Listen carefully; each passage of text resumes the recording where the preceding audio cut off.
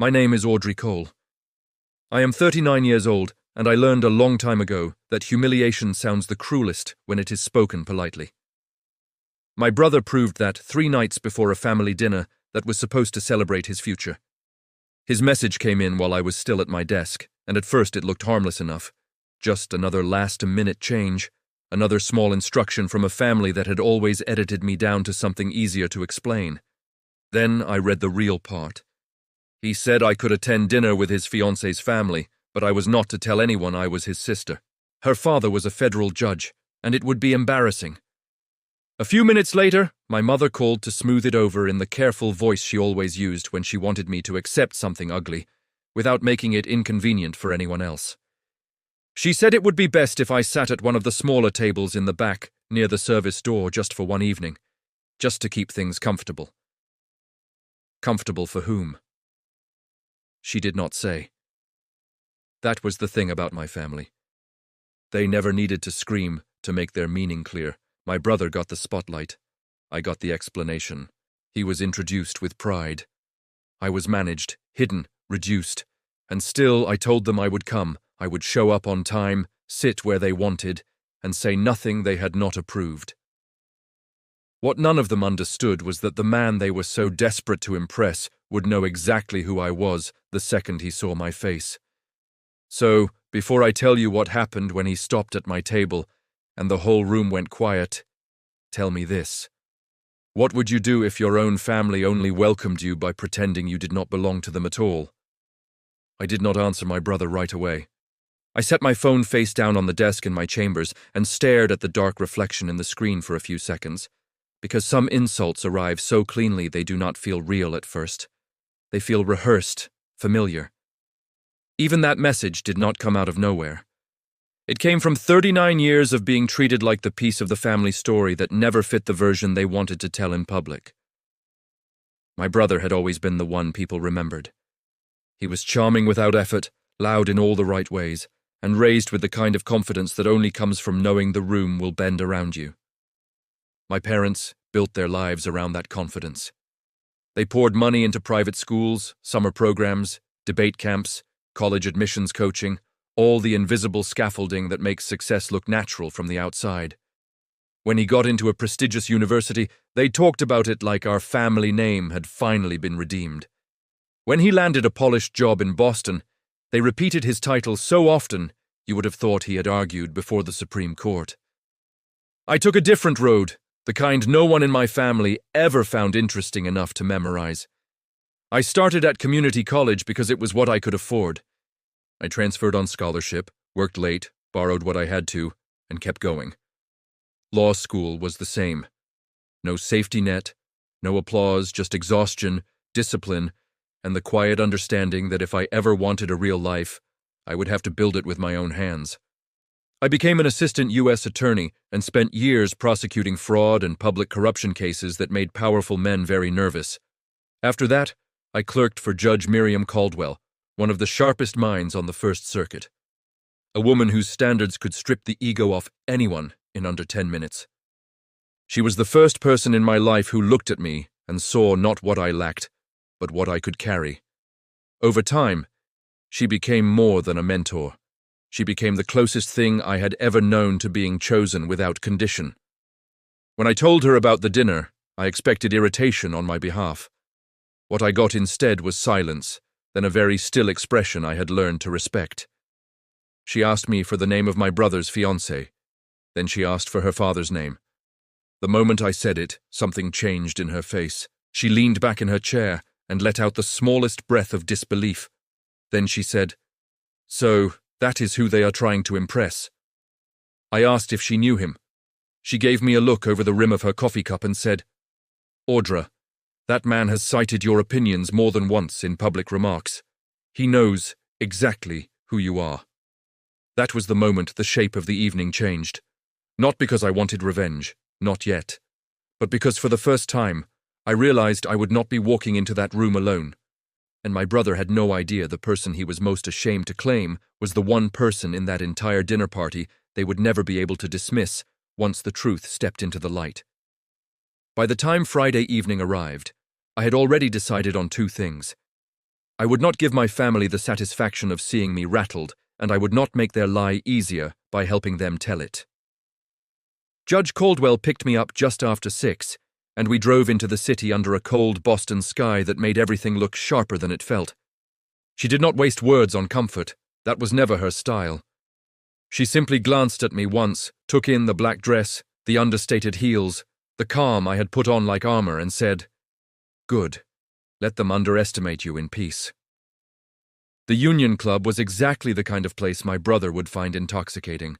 Dark wood, polished brass, quiet money, portraits of men who had probably built their reputations before anyone in the room was born. The private dining room overlooked the city lights, and every table was arranged with the kind of precision meant to signal class without ever having to say the word. When we stepped inside, I saw my family before they saw me. My parents were already smiling too hard. My brother was standing near the center of the room, with his hand at the waist of his fiancée, wearing the look he always wore when he believed he was finally being seen by the right people. She was elegant, poised, and dressed like someone who had grown up, never doubting she belonged in rooms like this. The second my brother noticed me, the color in his face changed. He crossed the room fast, but not fast enough to look panicked to anyone else. Under his breath, with a tight smile still frozen on his face, he told me I was late, even though I was not. Then his eyes flicked to Judge Caldwell, and for half a second I saw confusion. He did not recognize her, but he recognized importance when it walked into a room. Before he could ask anything, his fiancée appeared beside him, gracious in the polished way some people learn before they can legally drive. She greeted me like a stranger she had been told to be kind to, and my brother introduced me with an almost impressive level of dishonesty. He did not call me his sister. He said, "This is Audra. She helps out at the courthouse." I looked at him for a beat longer than was comfortable, but I did not correct him. That was the moment he relaxed just slightly. He thought silence meant surrender. My mother came over next, kissed the air near my cheek, and told me they had saved me a seat in the back where it would be quieter. Quieter meant out of sight. My table was the smallest one in the room, set near the service entrance, where the staff moved in and out with practiced invisibility. From there, I had a clear view of the main table, where my brother sat with his fiancée and her parents, like he had been rehearsing for this role his entire life. Judge Caldwell took a seat not far from mine, close enough to watch, far enough to let the evening unfold exactly as people intended it to. I sat down, folded my hands in my lap, and let the room reveal itself. My brother laughed too loudly. My father tried too hard. My mother kept scanning faces for approval. The fiancé's mother was charming in a controlled way, but her father was different. He said less, watched more, and carried himself with the kind of authority that did not need to announce itself. I could see why my brother was desperate to impress him. Men like that did not simply influence rooms, they defined them. The first round of toasts began, and I noticed something else. The man my family was trying so hard to impress was not especially captivated by any of it. He listened. He nodded. He smiled when required, but every so often his eyes drifted as if he were measuring something the rest of the room had failed to notice. Then, just before dinner service settled in, he stood and picked up a tray of champagne flutes from one of the servers. It was apparently a habit of his, something personal and old-fashioned. He liked to make a pass around the room himself, greeting guests table by table before the main course began. I watched him move from one table to the next, exchanging a few pleasant words, shaking a hand here, offering a polite smile there. My brother looked almost giddy, like this simple gesture had already become part of the family legend he planned to tell for the next 20 years. Then the judge turned toward the back of the room and started walking in my direction. At that point, I do not think anyone at the main table was paying much attention. To them, I was exactly where they wanted me, quiet and small, and safely out of the way. But the second he reached my table and got a clear look at my face, his entire expression changed. He stopped so suddenly that the tray tilted in his hands, and one of the champagne flutes gave a soft, sharp clink against another. For a second he just stared at me, not with confusion, not with the polite effort of someone trying to place a face, but with unmistakable recognition. Then he set the tray down on the empty corner of my table and straightened like instinct had taken over, before thought could catch up. His voice, when it came, was not casual. It carried. "Ma'am, Judge Cole, I did not realize you were here tonight." The room went still in the way only wealthy, well-trained rooms can go still, where silence is immediate because everyone understands at once that something has shifted. My brother turned first, then my parents, then his fiancée. I rose from my chair out of habit, and before I could say a word, Judge Theodore Ward reached for my hand with both of his, and gave me the kind of respectful greeting reserved for colleagues, not distant dinner guests hidden near a service entrance. "It is wonderful to see you again," he said, still sounding genuinely caught off guard. "I read your opinion in the Holloway privacy matter twice. I told 2 of my clerks that if they wanted to learn how to build an argument without wasting a single sentence, they should start there." By then, every face in the room was turned toward us. My brother looked like all the blood had drained out of him at once. His fiancée's expression was harder to read. At first it was confusion, then disbelief, then the first crack of something much uglier beginning to form. My mother gave a nervous laugh and stepped forward too quickly, like she thought momentum alone could control the story. She said something weak about me being modest and not liking attention, but Judge Ward barely glanced at her. His focus stayed on me. He asked why I had not told him I would be there. I almost answered, but there was no reason to rescue anyone from what they had built. Before I could decide how much truth to offer, Judge Caldwell stood and crossed the room with the kind of unhurried confidence that made people move aside without realizing they were doing it. "Theodore," she said, "I had a feeling this evening might surprise you." He turned, recognized her immediately, and his surprise deepened into something close to disbelief. "Miriam, you brought her?" "Of course I brought her," Judge Caldwell replied.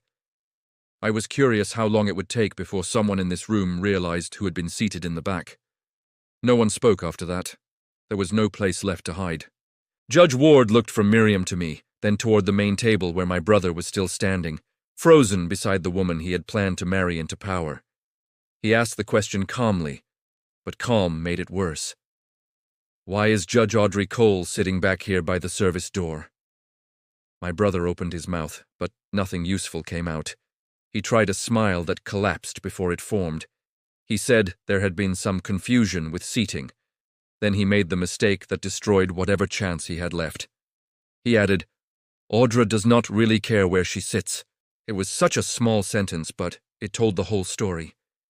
It was the voice of someone who had spent his life deciding what I did and did not deserve, and assuming I would accept the version he handed me. Judge Ward's eyes sharpened. His daughter looked at my brother as if she were seeing a stranger step out from behind a familiar face. I could almost feel the room rearranging itself around the truth. Then, Judge Ward pulled out the chair across from me and sat down at my table instead of returning to his own. That single choice landed harder than a public accusation ever could have. He did not raise his voice. He did not create a scene. He simply made it clear in front of everyone which person in the room commanded his respect. And in that moment, my brother finally understood what it felt like to be the one left standing in the wrong place while the world watched. For a few long seconds, nobody moved. The servers seemed to sense the tension and disappeared through the side doors with the kind of silent efficiency only expensive places ever master.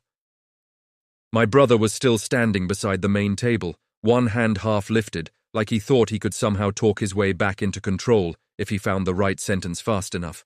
He never did. Judge Ward rested one hand on the table near his glass and looked directly at him. His voice stayed even, which made every word land harder. I asked a simple question. "Why is Judge Audrey Cole seated back here?"